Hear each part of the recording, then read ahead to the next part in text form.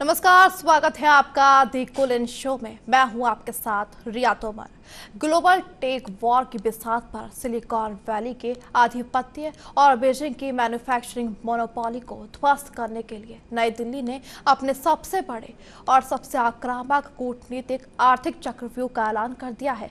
Washington से लेकर Beijing और सियोल तक फैले वैश्विक टेक दिग्गजों के अरबों डॉलर के साम्राज्य को चुनौती देने के लिए भारत सरकार ने 62,000 करोड़ रुपए के ऐतिहासिक mobile phone manufacturing master plan को जमीन पर उतार दिया है। सोचिए, महज असेंबलिंग और मेड इन इंडिया के ठप्पे से आगे बढ़कर अब डिजाइन्ड इन इंडिया और ओन्ड बाय इंडिया के उस नए जियो इकोनॉमिक युग की शुरुआत हो चुकी है, जिसके तहत अगले 10 से 14 महीनों में भारत का अपना स्वदेशी टेक जॉइंट वैश्विक स्मार्टफोन बाजार में एंट्री करने जा रहा है। क्या 2010 के दशक में माइक्रोमैक्स और लावा की हार से सबक सीखकर भारत का यह नया टेक रोड मैप एप्पल और सैमसंग जैसे दिग्गजों का तख्ता पलट कर पाएगा? अंतर्राष्ट्रीय व्यापार, जियोपॉलिटिक्स और भारत के सबसे बड़े टेक महामिशन का परत दर परत इन डेप्थ एनालिसिस देखिए हमारे international bulletin the Colin show में। ग्लोबल सप्लाई चेन के आंकड़ों और केंद्र सरकार के कैबिनेट फैसलों को जोड़ते तो 21वीं सदी के टेक इंफ्रास्ट्रक्चर में एक ऐसा ऐतिहासिक और अभूतपूर्व मोड़ सामने आता दिखता है, जिसने कैलिफोर्निया के कुपरटिनो से लेकर शैनज़ेन के कॉरपोरेट बोर्ड रूम्स तक में खलबली मचा दी है। केंद्र सरकार ने देश को केवल एक असेंबली हब बनाने के बजाय भारत का अपना वैश्विक स्मार्टफोन ब्रांड खड़ा करने के मकसद से 62,000 करोड़ रुपए की मेगा इंसेंटिव योजना को आधिकारिक तौर पर रोल आउट कर दिया है। घटनाक्रम के दो सबसे महत्वपूर्ण रणनीतिक स्तंभों को गहराई से समझिए। पहला लक्ष्य एप्पल, सैमसंग और फॉक्सकॉन जैसी वैश्विक कंपनियों को भारत में अपने हाई टेक मैन्युफैक्चरिंग बेस स्थापित करने के लिए आकर्षित करना है, जिससे देश के भीतर लाखों की संख्या में उच्च कुशल रोजगार पैदा किए जा सके। लेकिन इस पूरी नीति का दूसरा और सबसे आक्रामक पहलू है भारत का अपना खुद का home grown global smartphone brand खड़ा करना, जो तकनीकी श्रेष्ठता, रिसर्च और ओरिजिनल डिजाइन के मोर्चे पर एप्पल, सैमसंग और शाओमी जैसे बहुराष्ट्रीय कंपनियों को उनके ही गढ़ में सीधी टक्कर दे सके। सरकारी अनुमानों और रक्षा तकनीकी विश्लेषणों के अनुसार अगले 10 से 14 महीनों के भीतर यानी अगले साल के मध्य तक भारत का पहला फ्लैगशिप स्वदेशी स्मार्टफोन ब्रांड वैश्विक बाजार में अपनी दहाड़ के साथ दस्तक दे देगा। इस लक्ष्य को हासिल करने के लिए मोदी सरकार ने एक बेहद आक्रामक इंसेंटिव स्ट्रक्चर तैयार किया है, जहां विदेशी कंपनियों के लिए 2.25% का बेस इंसेंटिव तैयार किया गया है। वही भारतीय स्वदेशी ब्रांड्स को सीधे 5% का फ्लैट इंसेंटिव दिया जाएगा। इसके अतिरिक्त यदि कोई कंपनी भारतीय स्पेयर पार्ट्स का इस्तेमाल करती है तो 1.5% और यदि डिवाइस की पूरी डिजाइनिंग भारत में की जाती है तो 3% का अतिरिक्त वित्तीय प्रोत्साहन दिया जाएगा। इतिहास के पन्नों और वैश्विक केस स्टडीज को पलटें तो साल 2010 के दशक में माइक्रोमैक्स, लावा और गार्बन जैसे भारतीय ब्रांड्स रिसर्च एंड डेवलपमेंट की कंपनी घटिया निर्माण गुणवत्ता और चीनी कंपनियों के आक्रामक प्राइस वॉर के सामने टिक नहीं पाए थे। लेकिन बीते 12 वर्षों में भारत का टेक परिदृश्य पूरी तरह बदल चुका है। इलेक्ट्रॉनिक्स उत्पादन 19% और मोबाइल फोन उत्पादन 37% प्रति वर्ष की रिकॉर्ड चक्रवृद्धि से दर से बढ़ा है।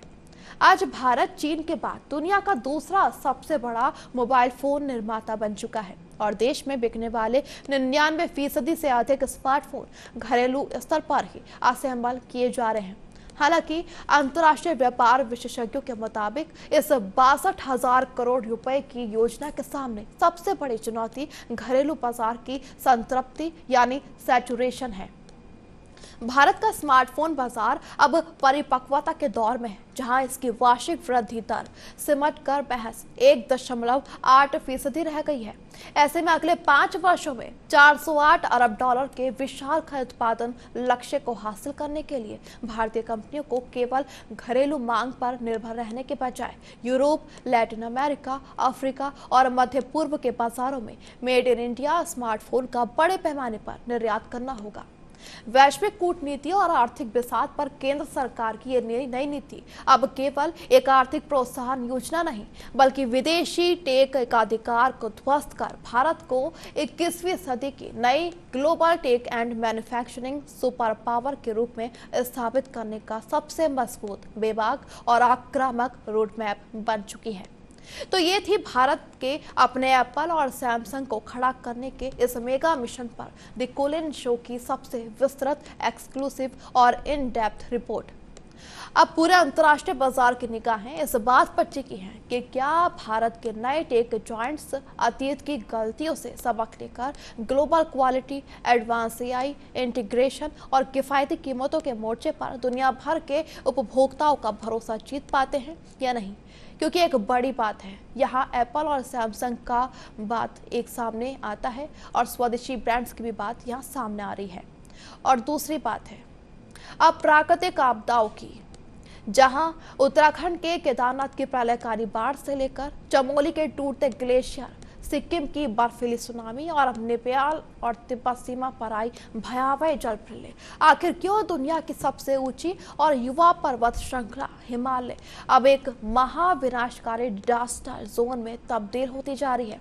सोचिए, 5 से 7 करोड़ साल पुरानी इन चट्टानों को सदियों से मजबूती से थाम कर रखने वाला ग्लेशियर रूपी प्राकृतिक गोंद अब ग्लोबल वार्मिंग की भट्टी में पिघल रहा है। तो क्या अंधाधुंध डायनामाइट ब्लास्टिंग, कटते पहाड़, हाइड्रो पावर प्रोजेक्ट्स और अनियंत्रित पर्यटन इस पूरे त्रिराष्ट्रीय हिमालय बेल्ट को एक ऐसे मुहाने पर लाकर खड़ा कर चुके हैं जहां से वापसी का कोई रास्ता नहीं बचा? क्या भारत, नेपाल और चीन के करोड़ों लोगों के अस्तित्व पर मंडराता ये खतरा अब एक टिकी टिकी करता टाइम बम बन चुका है? ग्लोबल वार्मिंग, भू राजनीतिक लापरवाही और हिमालय के इस सबसे बड़े पारिस्थितिक संकट पर द कोलिन शो में करते हैं इसकी पूरी पड़ताल। उपग्रह की तस्वीरों और अंतर्राष्ट्रीय भौगोलिक रिपोर्ट्स को जोड़ेंगे तो नेपाल से लेकर भारत और चीन तक फैली 2500 किलोमीटर लंबी हिमालय रेंज में तबाही की एक ऐसी श्रृंखला सामने आती है जिसने वैश्विक पर्यावरण वैज्ञानिकों और कूटनीतिज्ञों की नींद उड़ा कर रख दी है। ये कोई कुदरत का अचानक हुआ गुस्सा या मौसमी बदलाव का इत्तेफाक नहीं है, बल्कि ये एक सुनियोजित और भयावह पैटर्न बन चुका है। आखिर क्यों हिमालय के ग्लेशियर हर साल विनाशकारी बम की तरह फट रहे हैं और क्यों नीचे बसी बस्तियां मिनटों में जलमग्न हो रही हैं? साल 2013 की केदारनाथ त्रासदी, 2021 की चमोली ग्लेशियर ब्लास्ट, 2023 में सिक्किम की लोहनाक झील का टूटना और अब नेपाल तिब्बत सीमा पर उठी 6 मीटर ऊंची तबाही की लहरें, ये तमाम घटनाक्रम साबित करते हैं कि पूरा हिमालयी रीजन अब अति संवेदनशील चरण में पहुंच चुका है। घटनाक्रम के मुख्य भूवैज्ञानिक और तकनीकी कारणों को गहराई से समझिए। दुनिया की सबसे युवा पर्वत श्रृंखला होने के कारण हिमालय आज भी निर्माण की अनवरत प्रक्रिया में है। इंडियन टेक्टोनिक प्लेट और यूरेशियन प्लेट के बीच जारी निरंतर टकराव के कारण इस पूरे इलाके में जमीन के भीतर अत्यधिक दबाव, चट्टानों में दरारें और लगातार सूक्ष्म भूकंपीय तरंगें उत्पन्न होती रहती हैं, जो इस पहाड़ को स्वाभाविक रूप से अस्थिर बनाती हैं। दूसरी ओर पृथ्वी का तीसरा ध्रुव कहे जाने वाले इन पहाड़ों पर मौजूद खरबों टन बर्फ और ग्लेशियर अब तक ढलानों को आपस में चिपका कर रखने वाले कुदरती गोंद का काम करते थे, लेकिन लगातार बढ़ते वैश्विक तापमान के कारण यह प्राकृतिक गोंद पिघलकर कमजोर पड़ रहा है। ग्लेशियरों के पीछे हटने से उनके मुहाने पर विशालकाय और बेहद खतरनाक ग्लेशियर लेक्स का निर्माण हो रहा है, जो मामूली हलचल से फटकर भयानक बाढ़ का रूप ले लेती है। लेकिन इस प्राकृतिक संवेदनशीलता के ऊपर इंसान के अनियंत्रित हस्तक्षेप ने तबाही की रफ्तार को 10 गुना बढ़ा दिया है। चौड़ी सड़कों और ऑल वेदर हाईवे के नाम पर पहाड़ों की अनियोजित कटाई, नाजुक घाटियों में डायनामाइट का बेधड़क इस्तेमाल, सुरंगों का निर्माण, अंधाधुंध होटल और कंक्रीट के अवैध ढांचे और सैकड़ों हाइड्रो पावर प्रोजेक्ट्स ने हिमालय की नींव को हिलाकर रख दिया है। इसके साथ ही धार्मिक और साहसिक पर्यटन का अत्यधिक दबाव स्थिति को और ज्यादा विस्फोटक बना रहा है। केदारनाथ, बद्रीनाथ, अमरनाथ, हेमकुंड साहिब से लेकर कैलाश मानसरोवर और एवरेस्ट बेस कैंप तक हर साल पहुंचने वाले लाखों तीर्थयात्रियों और एडवेंचर्स टूरिस्ट्स का भारी बोझ इस नाजुक इकोसिस्टम की वहन क्षमता को पूरी तरह तोड़ चुका है। सबसे गंभीर और रणनीतिक चुनौती यह है कि यह संकट किसी एक देश की सीमा या मानचित्र तक सीमित नहीं है। तिब्बत और नेपाल के अति संवेदनशील और अति ऊंचाई वाले ग्लेशियरों से निकलने वाली नदियां सीधे भारत के मैदानी इलाकों उत्तराखंड, यूपी, बिहार, पश्चिम बंगाल और असम में प्रवेश करती है। जब सीमा पार ग्लेशियर झीलें फटती हैं तो नदियों का जलस्तर कुछ ही मिनटों में जानलेवा स्तर तक पहुंच जाता है। यदि ऊंचाई पर बैठे देश समय रहते रियल टाइम डेटा और वाटर फ्लो की जानकारी साझा न करें तो निचले इलाकों में बसे शहरों और गांवों को संभलने या भागने का मौका तक नहीं मिलता। भारत, नेपाल और चीन के नीति निर्माताओं के लिए अब केवल तबाही के बाद एनडीआरएफ या सेना का रेस्क्यू ऑपरेशन चलाना पर्याप्त नहीं है। अब उपग्रह, आधुनिक early warning sensors, radar network और 24x7 मॉनिटरिंग सिस्टम के जरिए इस पूरी 2500 किलोमीटर की रेंज पर निगरानी रखना अनिवार्य हो चुका है। बिना पारदर्शी सीमा पार डेटा शेयरिंग और कठोर पर्यावरण नीतियों के इस महाद्वीप को बड़े विनाश से बचाना नामुमकिन है। वैश्विक बिसात पर हिमालय क्षेत्र का यह गहराता संकट अब केवल एक मौसमी आपदा या पर्यावरण विशेषज्ञों की चेतावनी मात्र नहीं, बल्कि 21वीं सदी में दक्षिण एशिया के 1.5 अरब से अधिक लोगों के अस्तित्व, जल सुरक्षा, खाद्य सुरक्षा और क्षेत्रीय स्थिरता के लिए सबसे आक्रामक और निर्णायक चुनौती बन चुकी है। तो ये थी हिमालय के सीने पर लगातार मंडराते इस विनाशकारी खतरे पर द कोलिन शो की सबसे विस्तृत एक्सक्लूसिव पड़ताल, जिसने हर साल आने वाली इन तबाही की लहरों के बीच हमारी कूटनीतिक और पर्यावरणीय तैयारियों पर बड़े यक्ष प्रश्न खड़े कर दिए हैं। अब देखना यह होगा कि क्या भारत, नेपाल और चीन जैसे छिड़े हुए पड़ोसी देश अपने राजनीतिक मतभेदों को एक तरफ रखकर एक मजबूत real time early warning network और टिकाऊ विकास का साझा मॉडल अपना पाते हैं, या फिर कुदरत का यह प्रलयकारी चक्रव्यूह इसी तरह तबाही मचाता रहेगा। क्योंकि एक बड़ा सवाल है, यहाँ ग्लेशियर पिघल रहे हैं और लोग इसकी चपेट में आ रहे हैं। और इसके बाद अब रुक करते हैं उत्तरी अंटार्कटिका की गोद में बसे 4 लाख से कम आबादी वाले देश आइसलैंड का। वो ऐतिहासिक वोट और यूरोपीय संघ में शामिल होने को लेकर छिड़ी वो जंग, जिसका केंद्र कोई मिसाइल या सेना नहीं बल्कि समंदर की मछलियां है। सोचिए, डोनाल्ड ट्रंप की आइसलैंड को खरीदने वाली जुबान फिसलने और अमेरिका से मिलने वाली सुरक्षा पर मंडराते खतरे के बीच क्या आइसलैंड अपनी संप्रभुता और समुद्री संपदा ब्रसेल्स के हाथों में बेचने जा रहा है? तो आइए द कोलिन शो के इस खास सेगमेंट में आइसलैंड के इस सबसे बड़े जनमत संग्रह और यूरोपीय कूटनीति की इस दिलचस्प लड़ाई को परत दर परत पर्दा उठाते हैं। सिर्फ आंकड़ों और चुनावी रुझानों को जोड़ेंगे तो यूरोप के मुहाने पर बसे शांत देश आइसलैंड में एक ऐसा राजनीतिक भूचाल आता दिख रहा है जिसने यूरोपीय संघ से लेकर वॉशिंगटन तक का ध्यान खींच लिया है। जी हाँ, आइसलैंड में यूरोपीय संघ की सदस्यता के लिए औपचारिक बातचीत शुरू करने को लेकर इस शनिवार को एक बेहद कड़ा जनमत संग्रह होने जा रहा है। घटनाक्रम की कड़ियों को समझिए। जनमत संग्रह के बेहद करीबी सर्वेक्षणों में हाँ पक्ष 91.3% के साथ मामूली बढ़त बनाए हुए हैं, जबकि ना पक्ष 48.7% के साथ मजबूत स्थिति में खड़ा है। आइसलैंड की मौजूदा सरकार का मानना है कि आर्कटिक क्षेत्र में महाशक्तियों की बढ़ती सैन्य प्रतिस्पर्धा और टैरिफ की राजनीति के बीच यूरोपीय संघ में शामिल होना ही देश की सुरक्षा और अर्थव्यवस्था का सबसे मजबूत ढाल बन सकता है। लेकिन इस पूरे जनमत संग्रह की सबसे बड़ी लड़ाई समुद्री संसाधनों यानी मछली पकड़ने के अधिकारों पर टिकी हुई है। आइसलैंड का समुद्री उद्योग उसके कुल निर्यात का 40% हिस्सा बनाता है और वहां के नागरिक इसे अपनी राष्ट्रीय पहचान मानते हैं।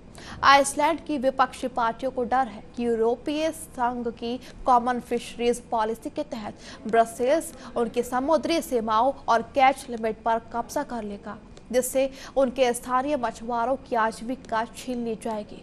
इतिहास के पन्नों को पलटे तो आइसलैंड ने 2009 में यूरोपीय संघ में शामिल होने के लिए आवेदन किया था, लेकिन 2013 में सरकार बदलने के बाद ये प्रक्रिया ठप पड़ गई थी। लेकिन 2026 में अचानक इस बहस के दोबारा तेज होने के पीछे अमेरिकी राष्ट्रपति डोनाल्ड ट्रंप का एक बयान माना जा रहा है। ट्रंप ने बार बार ग्रीनलैंड के बजाय गलती से आइसलैंड को खरीदने की बात कही, जिसने इस बिना सेना वाले देश के मन में अपनी संप्रभुता को लेकर गहरी चिंता पैदा कर दी थी। सुरक्षा के मोर्चे पर आइसलैंड के पास अपनी कोई स्थायी सेना नहीं है और उसकी राष्ट्रीय सुरक्षा हमेशा से नाटो तथा अमेरिका के भरोसे रही है। लेकिन ट्रंप प्रशासन की अनिश्चित विदेश नीतियों के कारण आइसलैंड अब वॉशिंगटन के भरोसे रहने के बजाय यूरोपीय संघ को अपने लिए एक राजनीतिक और आर्थिक बीमा पॉलिसी के रूप में देख रहा है। वैश्विक बिसात पर आइसलैंड का यह ऐतिहासिक जनमत संग्रह अब केवल मछली पकड़ने के नियमों का मामला नहीं, बल्कि महाशक्तियों के दांवपेच और आर्कटिक की नई भू राजनीति में 21वीं सदी के एक छोटे देश द्वारा अपनी संप्रभुता बचाने की सबसे अनोखी और आक्रामक पटकथा बन चुकी है। तो ये थी आइसलैंड के ऐतिहासिक जनमत संग्रह और यूरोप के समुद्री दांवपेच की वो एक्सक्लूसिव रिपोर्ट, जिसने आर्कटिक क्षेत्र के बदलते पावर गेम को साफ कर दिया है। अब देखना यह होगा कि शनिवार के वोट में आइसलैंड के नागरिक अपनी समुद्री आजादी को चुनते हैं या फिर ब्रसेल्स के छत्र छाया में सुरक्षा की राह पकड़ते हैं, क्योंकि एक बहुत बड़ा ये सवाल है, एक तरफ अपना अधिकार और दूसरी तरफ किसी के सामने झुकना। दक्षिण एशिया के जियोपॉलिटिकल बिसात पर भारत की पूर्वी सीमाओं की सुरक्षा व्यवस्थाओं को हिला देने वाली सबसे बड़ी, सबसे संवेदनशील और सबसे खतरनाक कूटनीतिक सैन्य खबर सामने आ रही है। बांग्लादेश की नई प्रशासनिक व्यवस्था का वो $2 अरब से अधिक का महारक्षा सौदा और चीन की सरकारी एविएशन कंपनी से 24 सबसे घातक J-10C फाइटर जेट्स, अटैक हेलीकॉप्टरों, हैवी ड्रोन्स और मिसाइल डिफेंस सिस्टम का पूरा रक्षा पैकेज खरीदने की तैयारी, जिसने नई दिल्ली के साउथ ब्लॉक से लेकर वॉशिंगटन के पेंटागन तक रणनीतिक गलियारों में हड़कंप मचा दिया है। सोचिए, MiG-29 और याक-130 जैसे पुराने सोवियत काल के फाइटर जेट्स के हादसों को ढाल बनाकर ढाका अब बीजिंग से 4.5 जनरेशन जेट्स का पूरा मिलिट्री आर्सेनल हासिल करने जा रहा है। तो क्या पाकिस्तानी मिलिट्री प्रोपेगेंडा के झांसे में आकर बांग्लादेश अब भारत के खिलाफ चीन के अत्याधुनिक हथियारों का नया अग्रिम अखाड़ा बनने जा रहा है? क्या भारत को 2 फ्रंट वॉर के बजाय अब 3 फ्रंट वॉर के नए सुरक्षा चक्रव्यूह में फंसाने के लिए चीन को ढाका का रणनीतिक साथ मिल चुका है? ढाका और बीजिंग के इस तेजी से बढ़ते सैन्य गठजोड़ भारत की पूर्वी सीमाओं पर मंडराते नए खतरों और 21वीं सदी में दक्षिण एशिया के बदलते पावर बैलेंस का परत दर परत इन डेप्थ एनालिसिस देखिए सिर्फ द कोलिन शो में। डिफेंस इंटेलिजेंस रिपोर्ट्स और वैश्विक सैन्य सौदों की कड़ियों को जोड़ेंगे तो भारत के पूर्वी पड़ोसी बांग्लादेश में एक ऐसा अभूतपूर्व और विशाल सामरिक बदलाव देखने को मिल रहा है, जिसने पूरे महाद्वीप के सुरक्षा ढांचे को हिलाकर रख दिया है। बांग्लादेशी वायुसेना के बेड़े के आधुनिकीकरण के नाम पर ढाका की नई सरकार ने चीन की चेंगडू एयरक्राफ्ट कॉरपोरेशन से 24 J-10C मल्टी रोल लड़ाकू विमान खरीदने का मेगा प्लान अंतिम चरण में पहुंचा दिया है। आखिर इस 2 अरब डॉलर के विशालकाय रक्षा सौदे के पीछे की असली तकनीकी और कूटनीतिक वजह क्या है? क्यों ढाका पश्चिमी देशों के बजाय सीधे बीजिंग के पाले में जाकर खड़ा हो गया है? बांग्लादेशी वायुसेना लंबे समय से सोवियत काल के पुराने मिग-29 और रूसी याक 130 लाइट कॉम्बैट जेट्स पर निर्भर रही है। बीते कुछ समय में चट्टग्राम और ढाका के सैन्य अड्डों पर हुए दर्दनाक विमान हादसों ने, जिनमें कई होनहार बांग्लादेशी पायलटों और आम नागरिकों की जान गई, ढाका के सैन्य रणनीतिकारों अपने एयरलिफ्ट के तत्काल और बड़े पैमाने पर नवीनीकरण का भारी दबाव बना दिया था। इस पुराने असुरक्षित तकनीकी बेड़े को पूरी तरह बदलने के लिए ढाका ने लगभग 960 करोड़ रुपए प्रति जेट की कीमत वाले चीनी J-10C विग-कनार्ड फाइटर को चुना है। अगर वैश्विक रक्षा बाजार के वित्तीय आंकड़ों की तुलना करें तो फ्रांस का बहुचर्चित राफेल 180 मिलियन डॉलर प्रति विमान और यूरोपीय यूरोफाइटर टाइफून 200 मिलियन डॉलर से अधिक की कीमत में आता है। ऐसे में आर्थिक तंगी से जूझ रहे बांग्लादेश के लिए चीन का ये 4.5 जनरेशन जेट एक बेहद सस्ता और आर्थिक रूप से सुलभ विकल्प माना जा रहा है। लेकिन इस मल्टी बिलियन डॉलर सौदे के पीछे का सबसे चिंताजनक, हास्यास्पद और तकनीकी पहलू बांग्लादेशी रक्षा अधिकारियों का वो आधिकारिक बयान है जिसमें उन्होंने पाकिस्तान द्वारा पिछले साल फैलाए गए उस आक्रामक सैन्य दुष्प्रचार का हवाला दिया। पाकिस्तान की सेना ने दावा किया था कि उनके बेड़े में शामिल चीनी J-10 जेट्स ने कॉम्बैट सिमुलेशन में भारतीय राफेल को चुनौती दी थी। रणनीतिक और तकनीकी हकीकत यह है कि चीन का J-10C खतरनाक PL-15 air to air missile system से लैस है। वहीं PL-15 मिसाइल जो पिछले साल भारतीय सीमा में बिना फटे गिरी थी। चीन और पाकिस्तान के बाद अब बांग्लादेश दुनिया का केवल तीसरा ऐसा देश बनने जा रहा है जो इस चीनी फाइटर जेट को अपने अग्रिम बेड़े में तैनात करेगा। सामरिक और ऐतिहासिक दृष्टिकोण से देखें तो ढाका का बीजिंग की तरफ ये सैन्य झुकाव कोई अचानक हुआ फैसला नहीं है। साल 2002 में द्विपक्षीय रक्षा सहयोग समझौते के बाद से बांग्लादेश के कुल हथियार आयात का 72% हिस्सा अकेले चीन से आता रहा है, जिसमें बांग्लादेशी नौसेना की मिंग क्लास अटैक पनडुब्बियां, नौसैनिक गाइडेड मिसाइल फ्रिगेट, भारी कॉम्बैट टैंक और छोटे हथियार शामिल हैं। लेकिन भारतीय रक्षा और सुरक्षा प्रतिष्ठान के लिए असली चिंता की बात केवल ये 24 लड़ाकू विमान नहीं, बल्कि बांग्लादेश के ऊर्जा क्षेत्र, कॉक्स बाजार और मोंगला जैसे रणनीतिक बंदरगाहों, मैरीटाइम लॉजिस्टिक्स और टेलीकॉम इंफ्रास्ट्रक्चर में चीन का तेजी से बढ़ता एक तरफा प्रभुत्व है।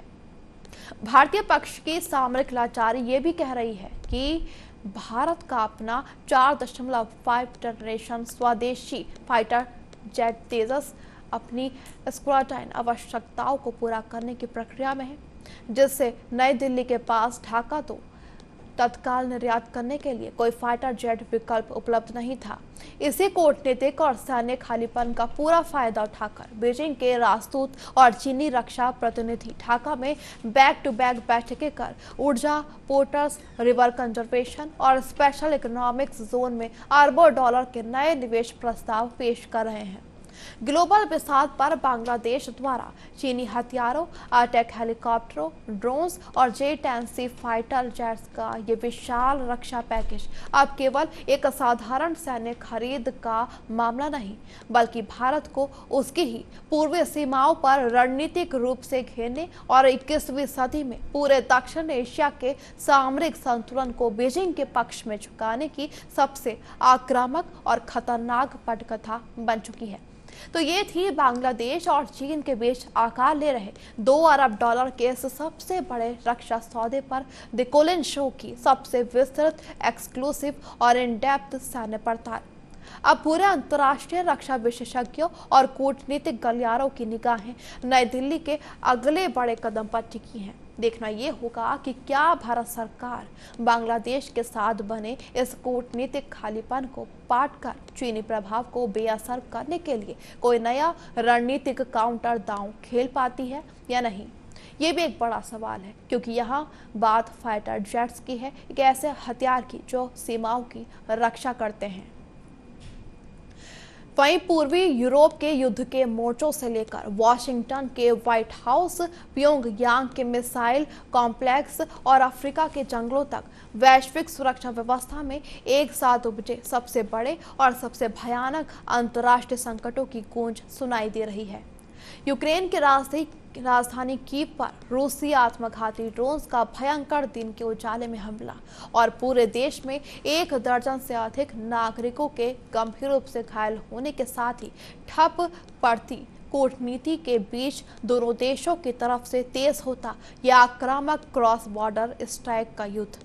सोचिए, एक तरफ अमेरिकी अंतरिक्ष एजेंसी नासा, सीनेट और फेडरल रिजर्व पर पिछले 8 सालों से मंडरा रहे चीनी हैकिंग नेटवर्क का वॉशिंगटन में सबसे बड़ा पर्दाफाश, तो दूसरी तरफ नाइजीरिया में $5 मिलियन से अधिक की फिरौती बटोरने वाला सुनियोजित किडनैपिंग सिंडिकेट और उत्तर कोरिया की वॉशिंगटन को सीधी नई परमाणु चेतावनी। क्या 21वीं सदी का यह वैश्विक ढांचा एक साथ कई मोर्चों पर भड़क रही जंग और साइबर वॉरफेयर की चपेट में आकर पूरी तरह चरमरा चुका है? द कोलिन शो के इस खास सेगमेंट में कीव पर रूसी हमलों, ग्लोबल साइबर वॉर, एशिया प्रशांत में गहराते सैन्य तनाव और वैश्विक अशांति पर देखिए हमारी एक खास रिपोर्ट।